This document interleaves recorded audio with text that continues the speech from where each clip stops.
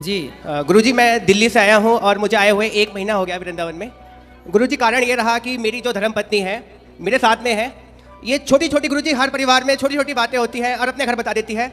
और हमारी जो सासू माँ है गुरुजी वो उस बात का बतंगड़ बना के पेश करती हैं।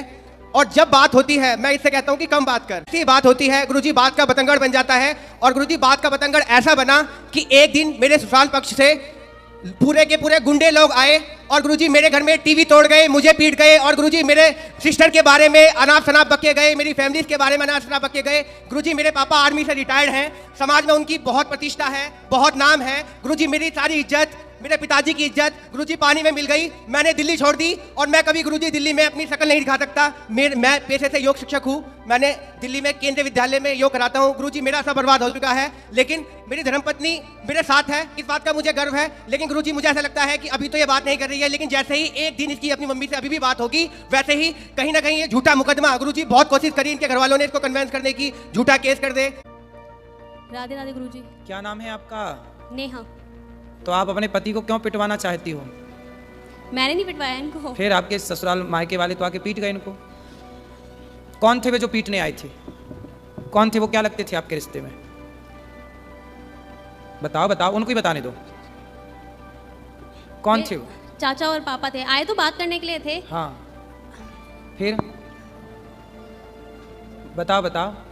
गुरुजी बात हुई, इसके चाचा ने मुझे फोन किया और कह रहा नेहा से बात कराओ, आपने उसे मारा पीटा है। आप इनसे बात कराओ। बेटा देखो, पिता कब तक काम आएगा और चाचा कब तक काम आएंगे। तुम जरा जाके ससुराल अपने मायके में रहने लग जाओगी ना, तो 4 दिन बाद 10 दिन बाद तुम्हारी भौजाई तुम्हारा भाई ताने मारने लग जाएगा। बाप जब तक जिंदा है तब ठीक है, पर एक दिन मरना तो सबको ही पड़ता है जी। फिर कौन सी भौजाई रह पाई अपने, कौन सी ननद रह पाई आज तक अपनी भौजाई के पास कि तुम रह लोगी? तुम्हारा भाई है जी गुरुजी। तो भौजाई के साथ सदा गुजार लोगी जीवन? ताने मारेगी तुम्हारी भौजाई, आ गई अपने पति की तो हो ना सकी तो मेरी हो जाएगी, ऐसा ना बोले तो कह देना। बेटा नारी का पति ही सब कुछ है ना। तुम्हारे पिता ने तुम्हारा दान कर दिया, कन्यादान, अब तुम्हारा पति ही सब कुछ है। आप पति पत्नी दोनों खुश रहो, है ना। और आपको ना अपनी माँ, आज पता है जितने तलाक होते हैं, आप मानती हो उस बात को कि 95% तलाक लड़की की माँ की गलती से होते हैं। पता नहीं लड़की की माँ, लड़कियों से मोह भंग ही नहीं होता। जब इतनी बात करनी थी तुम्हारी माँ को तुमसे, तो फिर ब्याह ही क्यों किया? घर पे ही रखती अपने बात, दिन रात करती तुम बात, क्या दिक्कत थी? क्यों ब्याह किया फिर? रुको बेटा रुको, तुम लियो। इसका मतलब ये हुआ, आप मानती हो उस बात को कि बहुत सारी माताओं की गलती से, माँ की गलती से बेटियों का तलाक हो जाता है? जी। आप मानती हो? हाँ। उसमें से एक आप भी हो। आपकी जो माँ है ना, माँ कैसी होनी चाहिए? अरे माँ ऐसी होनी चाहिए कि पति पत्नी में लड़ाई हो तो माँ कहे कि बेटा ये तो सबके घर होती है, इस धरती पे ऐसा कौन पति पत्नी है जिसमें कभी लड़ाई झगड़ा ना हुआ हो? जी। सबके होता है। इसका मतलब ये थोड़ी कि माँ तुमको बोला आजा बेटा मैं देखती हूँ दामाद को मैं पिटवाऊंगी। अरे माता सती अपने पिता के घर चली गई थी, दक्ष प्रजापति के घर, और वहां पर देखा कि मेरे पति का अपमान हो रहा है, तो माता सती सहन ना कर पाई। एक अच्छी स्त्री वो होती है जो कभी अपने पति का अपमान ना करती ना कराती। वो कैसी पत्नी जो अपने पति को अपने पिता और अपने चाचा से पिटवाए?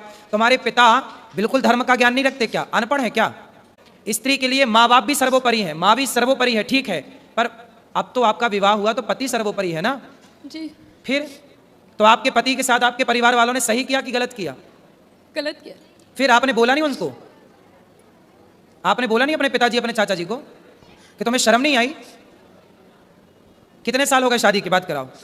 3 साल होंगे अभी 14 नवंबर को। 3 साल में ही पति को कुटवा दिया, गलत किया ना बेटा तुमने।